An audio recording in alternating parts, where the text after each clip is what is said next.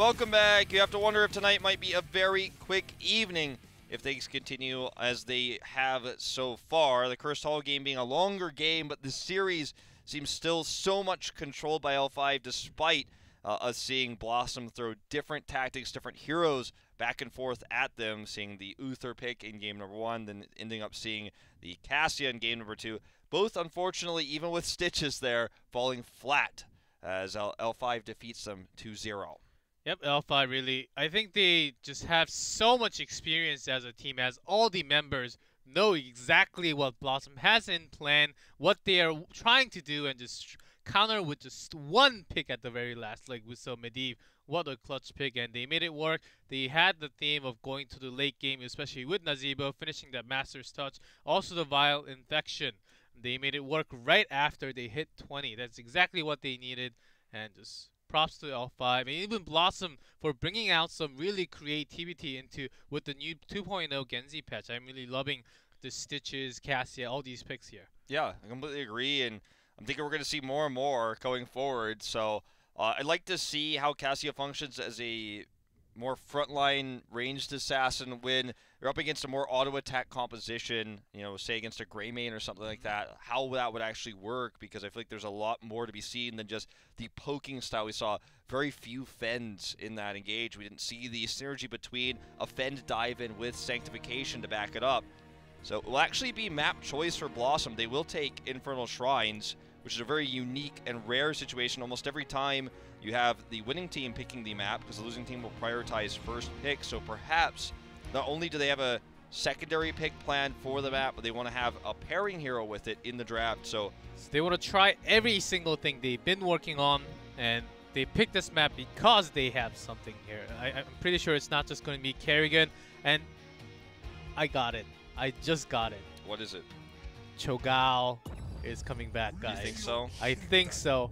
Ariel with Cho'Gao, which I talked about in the beginning of the broadcast. Let's see as we go into the draft of Infernal Shrine game number 3. I hope so. I don't think it's going to happen. If it does, I feel that L5 is ready. I'm not trying to be a hype killer here, but we've seen it tried so many times. L5 has dealt with this themselves specifically multiple times throughout their career. In the Ariel Cho'Gao, even with Resurrect, if you resurrect a Cho'Gao, you simply kill it again as you won the team fight. And so I don't think this is worth it. Although we'll see, BlossoM looks really hyped in the player cam. We'll see if they lock it in immediately here. If that's what they have planned, I'll be pretty disappointed. Not even Kerrigan first pick coming out from No. L5. They want to wait and test the waters first to grab the top tier warrior, which is going to become more important. Yep. There's the Evil Prime. Diablo. That's right. The Diablo. aka Diablo on Subway Diet.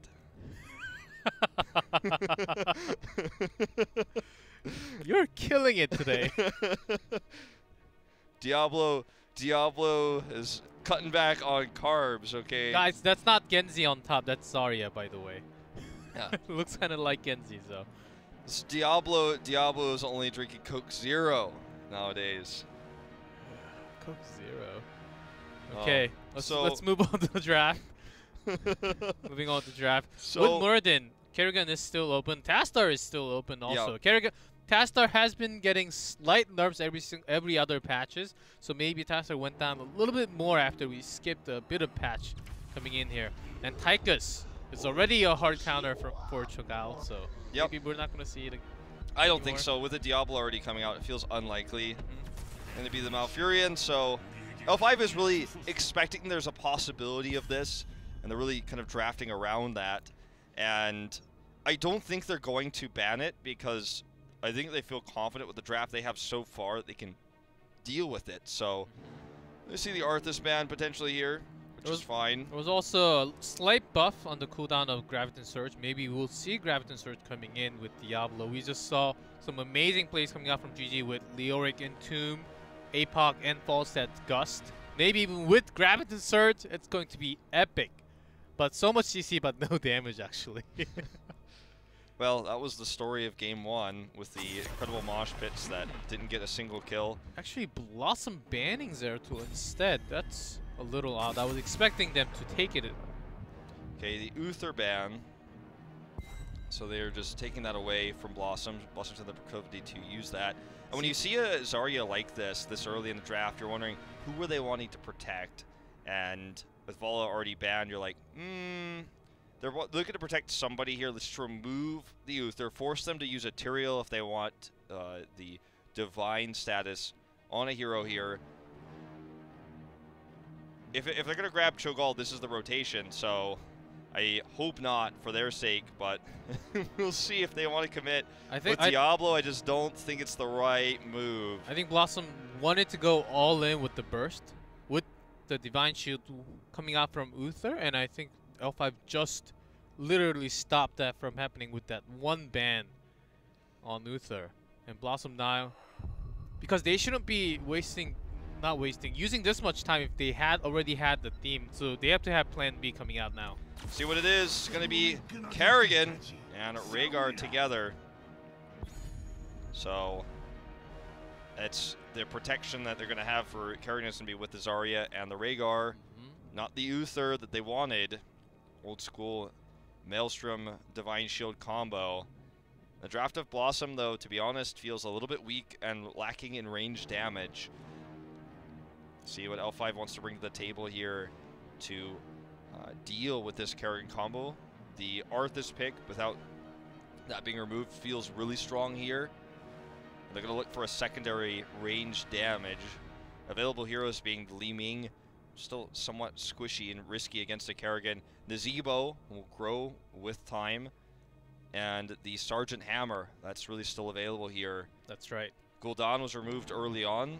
And Kael'thas is actually something that we could see here. Would not be out of the question.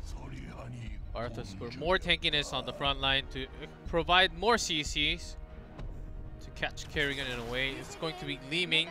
They want to pick on targets and get that reset for more damage. So what's it going to be for BlossoM? They have the last pick, very last pick of the draft. Trying to think of something they could grab that would give them some potential CC to follow up with all of this, but not really thinking of anything. May just have to be the Sergeant Hammer here. Honestly, I will echo the thought again. I feel like Kael'thas would be really strong in this situation. He could pair with all this CC with his Graviton laps coming in, or Gravity laps. This one I think is going to be for Wiz, unless he actually goes on to Kerrigan instead. Wiz or Dudu's. It's going to have to be Dudu's hero, right? So that's what I'm looking like. Is it Kael'thas? Is it just the Sergeant Hammer? Just feels like a weak pick no matter what, with all the heroes that were already taken away from them. Time is ticking. They need range DPS. Question is, what's it going to be? I think they're going to go with the Hammer. No, it's Lunara. With only the Rhaegar is healing. Usually we see Lunara with Lucio and Tassadar. It's only the Rhaegar. This is going to be a little bit tougher. I feel like also Lunara is super squishy against the burst damage that Li Ming and Tychus can put out. If she gets caught ever by a Howling Blast, that is going to be the end of her and the end of the team fight. BlossoM went all in on this composition. They wanted the Uther for the Kerrigan. It was removed from them. And L5, I feel, really strongly wins this draft. They were up 2 games in this best of 5. They want to close it out with a 3-0. We'll see if they can do it as we move into Infernal Shrines.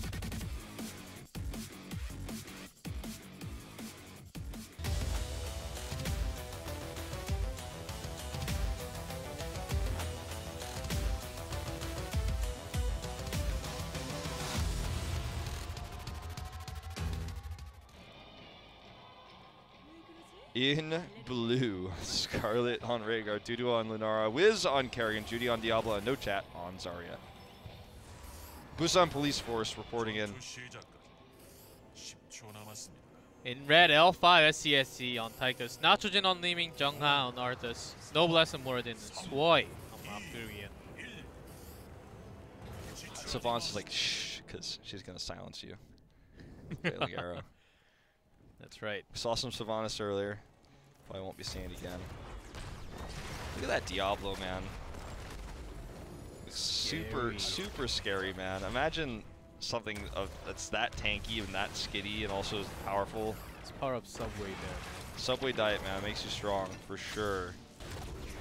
This broadcast is in no way endorsed by Subway, by the way. Not at all. Although I do eat Subway sandwiches before work many times. There's a good catch on the Noblesse, but actually caught. And Cheerleader is the first one to get blown up. Cheerleader. Way too much cheer there. Dudu avoids the Storm Bolt. That was actually a pretty quick little Swoi even dodge. Healing the minion to keep the wave open for a little bit, so they don't use as much ammo as possible. Well, we'll see how Judy's Diablo does with the pairing of CC they can have with the Kerrigan. In theory and on paper, it could be very powerful. Also, Nice something slow there. we didn't mention: Zarya's energy now decreases a little bit quicker than before. That's true. Just a little bit. That's So- also worth mentioning. Definitely so, because she's not going to be, you know, sometimes in the past when you attack a Zarya, you just feel like an idiot because you're like, oh my god, I made a terrible mistake. Her shield just absorbed everything and she's full energy for a long time. Now, not as long. No chat trying to dodge all the CC here, but there's a lot of it, so eventually it does get taken out. And notice how they kept on saving the CC until the last moment. They had the highest chance of actually hitting that CC. They had two available. That's why it looked so silly that he was walking as, you know, staggering left and right there. So, Shrine is active now. L5 takes that slight EXP lead with those kills and the better soak. It's actually Kerrigan solo laning in the top, which is not really supposed to happen in this situation. Looks like they may just give this up, or at least they wanted to be on even talent tiers at 4, so Kerrigan gets that upgrade for her Q. L5 already up on 20, picks onto Noblesse for some reason. They do not have the CC connection. Wiz actually gets blown up already. With Kerrigan gone, they cannot contest for this Shrine for sure. Oh, it's going to be a double. No chat going down. Judy trying to charge away here. Imagine if Nachogen had Calamity, how one-sided this would have been. Still, the double kill here. They get full Shrine control, take a level lead. So BlossoM, yes, they did even up the talent tiers, but when it came to the fight, couldn't actually make it happen, as we actually see the healing totem coming out at level 4 here for Rhaegar as well. Highly unusual. So he'll have some extra area healing temporarily for these fights that they expect to go longer. But with all the burst from L5, we've seen the opposite has been true so far. That's true, and they even have Hungering for Power at level 1. Gonna get some more globes. Gonna give her some more damage for the time being. BlossoM wants to... Judy has been picking on Noblesse especially for some reason. Maybe... I'm pretty sure it's not personal issues, but... it's not personal issues, but... Better targets to be selected will be leaving. Wait, Malfurion. Is it Candy Crush Muradin though? Hold on, I actually don't remember. We need to know. It is all the time. This is relevant. This is relevant, and I'll tell you why in a second. It is all the time, especially for Noblesse. Oh, I need to know. All right, well, I guess we'll just wait. He's going to pick on Junga this time. Actually doing very well. If they get the combo, they get a pick. Unfortunately, it totally whiffs. Junga's just going to walk out. All right, it is Candy Crush Murder. Now, this is important because... ooh, that was slick! Right there, that dodge. Just had Great juke there by Tutu. So, obviously with Diablo going on the Subway diet, he's opposed to all sorts of candy and sweets, so he does not want candy. He's like trying to convince Noblesse on the Muradin to switch to a more healthy diet, brush his teeth more often, get rid of the candy. That's right, you're the one with brushing the teeth all the time. Yeah, I'm all about that, and so is Diablo, man. He's got those pearly whites. He's got like 2 mouths, man, and both of them are all shiny. Okay. All right, Dudu, can he juke his way out of this one? I don't know. This will be tough. Oh, he does! Oh my god. Barely, but Scarlet will... Maybe not, because he is in wolf form already, and CCs are out. Noblesse goes in, and Judy tries to stop him. Not gonna happen. They get some extra soak during this in the top lane. It is gonna be top Shrine, but that's your support for the team. You have to make that sacrifice, man. Yeah. It's the mindset of the support. Well, had he gone for, you know, Wolf Run, for example, perhaps that would have helped him get away, but nonetheless, good reaction time there by L5 to punish the move. If he gotten away, it would have been amazing. At the end, at least it was still only 1 death. Let's see, and Judy does charge in for Noblesse once I feel like more. if he had gone for Swoi, that might have been a pick. Soy gets caught here and by the it is combo, going to be though. a pig already onto Malfurion. They do not have sustain. Nitrogen try to look for some reset onto Dudu, but does not connect. They can't win this fight against a Lunara without that sustained heal. Oh, Oh, interrupt toss. on the toss. Nice. Nice. No more candy for you. Yeah, let it fade away and despawn. Judy's been working out on that Diablo. Diablo is jogging now. He's totally turned over a full new leaf, man. He's no longer the super evil Diablo. He's just a nice, healthy, and fit guy, okay? I've got my He's gonna go delete all his old Facebook pictures of all the bad dark times, and he's just gonna have only clean Diablo now. I like all Diablos. Look at him. He's actually just working out. You know, it costs more energy when you crawl on all fours, but he's just working out a little bit harder. All right, L5 did hit level 10, and No Chat is getting very low. Oh! Sorry, I had to Korean commentator that one for a moment. He got away, though. Level 10 is up for L5, as you just mentioned. You know, and this is going to be an issue for BlossoM for a few more moments. At least they're going to be able to clean this up before the shrine spawns. Oh, I'm loving this new fit Diablo. Look at him. Out of there, doesn't even get rooted. Very nice use of skills there on Duty to escape. Look at Arthas. Arthas does not have the utility skill, but it's just so tanky with the CC to actually can also be used defensively. You can just walk out of any kind of ganks or gank attempts or even picks. Try from the other side. Definitely. L5 wants to time this so they get this camp before they engage on the shrine. Yeah, it looks like they will be successful. BlossoM wants to contest. The camp is already captured, though. I don't feel like this is worth it. No Chat's at full energy, but he gets caught by the Howling Blast. No Blast is keeping Dudu out of the fight. Nice Ancestral here onto Wiz, but there's no interrupt for the toss. And already No Chat is removed, and Judy will be the second to fall. No way out. Really crisp engage there by BlossoM to try to turn things around with a nice Ancestral, but it was really Noblesse that won the fight for them because they kept Lunara out of the picture. Dudu was constantly being threatened by the Candy Dwarf. And now they're going to get the double camp here as they already to remove the fort. Expulsion Zone was just a little bit late and couldn't really catch Noblesse when jumping out. Even maybe just giving up on Noblesse and using it on the camp site could have been better to actually stall some time before L5 could took the camp. I think they could have done it if they were rushed right into the camp. They made the call. I think they could have went in and tried to steal the camp, but it was just not possible at the moment.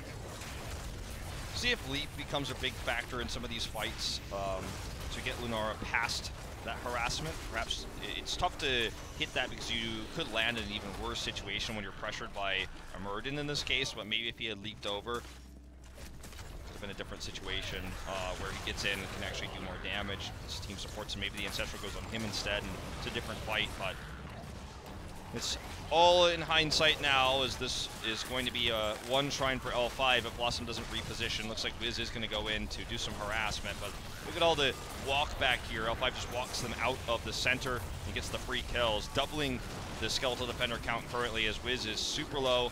Might have to pop Maelstrom. Noblesse is going to commit in. Wiz is going to all in the root, and Twilight Dream connects. Kerrigan is already gone. SCS gets very low, but does get healed by Swoi at the very last second. Diablo will be the next target. BlossoM. To be a full wipe. Well, Scarlet gets out.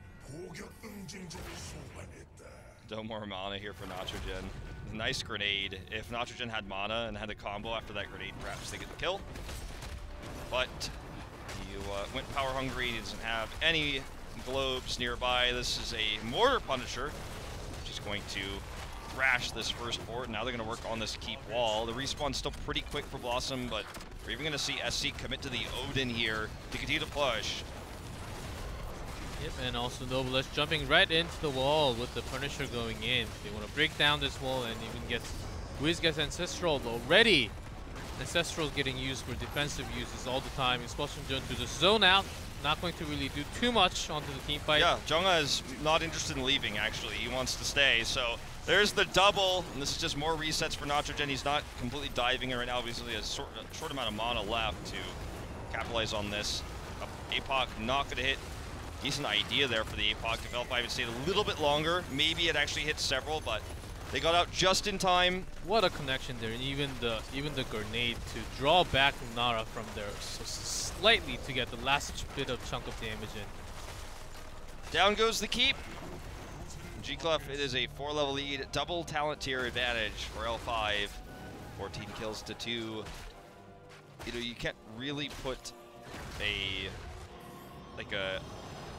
can't point a finger at one specific thing that's gone wrong for BlossoM in this game, but the draft that they had where they're forced into Lunara without protection is just so awful in terms of team fighting. I'm pretty sure they had something else in their mind, but Uther ban was the clutch ban coming out from L5, and their ability to just draft things out within a second just excels at this point. I mean, if you think about this too, like, had the Uther, even though it's not supposed to be used this way, it could have allowed some more aggressive Lunara play. The burst heals to protect her, the extra armor coming in, but Kerrigan is just not able to fight alone, and it looks like there's some just different opinions, even within the team, as to where the shielding should be used, because it looks like No Chat is trying to be the melee carry fighter in this game, where actually should be providing a little bit more poke and support with the Kerrigan. He's gone into like his melee, you're not melee, but you know, auto attacks, which are virtually melee. And that's how he's talented here, instead of working into the protection to help Kerrigan in the front line. So Kerrigan is totally worthless without any sort of real secondary support. Lunara is constantly harassed by Noblesse in the back line, so can't get into do damage, and suddenly it looks like L5 just doesn't care about anything. See the expulsion zones coming down, and no one wants to leave. You know, like this again, Noblesse is like, yeah, okay, I guess you kept the rest of my team out, but I want to fight you. I am not turning around.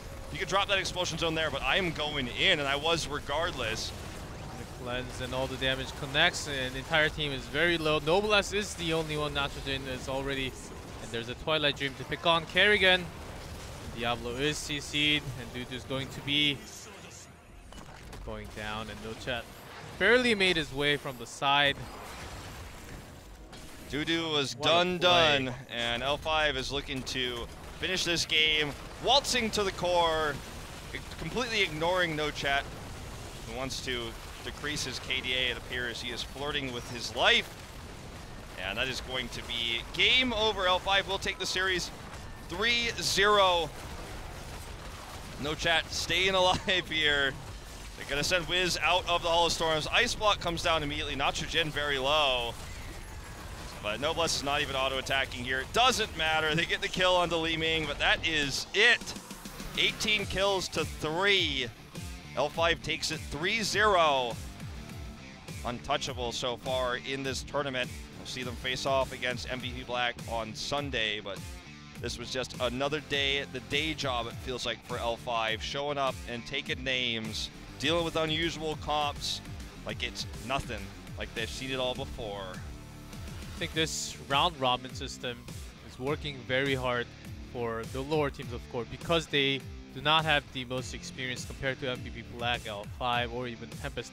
But in terms of a longer way, they are getting that experience. They are trying lots of new things and see the counter picks. Then later on, they can make some tweaks and then make it better. Maybe next time they will actually ban